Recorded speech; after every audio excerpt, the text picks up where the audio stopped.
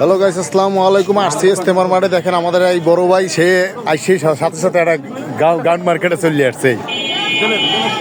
ঠিক আছে, হঠাৎ করে ভিডিও বন্দি করে ফেললাম আমার এক বড় ভাই মেহেদি ভাইকে।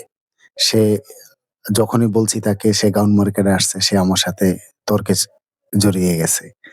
কিন্তু দেখেন, সত্যি সত্যি আমরা ইস্তেমার মাঠে আসছি, হঠাৎ করে দেখি একটা গাউন মার্কেটের দোকান, কয়েকটা দোকান।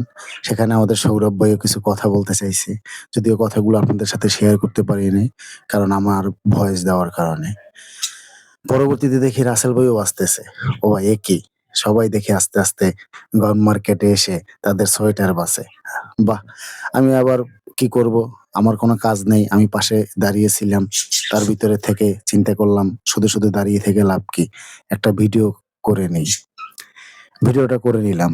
ভাই, একটা কথা কি, আপনি গাউন মার্কেট চাইলেই মানে বিলীন করে দিতে পারবেন না। এটা এমন একটা প্রোডাক্ট, যে প্রোডাক্টটা সাধারণত সবাই একটু দেখলে পরেই একটু ছালাছালি করবে, বাছাবাছি করবে, এইটাই স্বাভাবিক।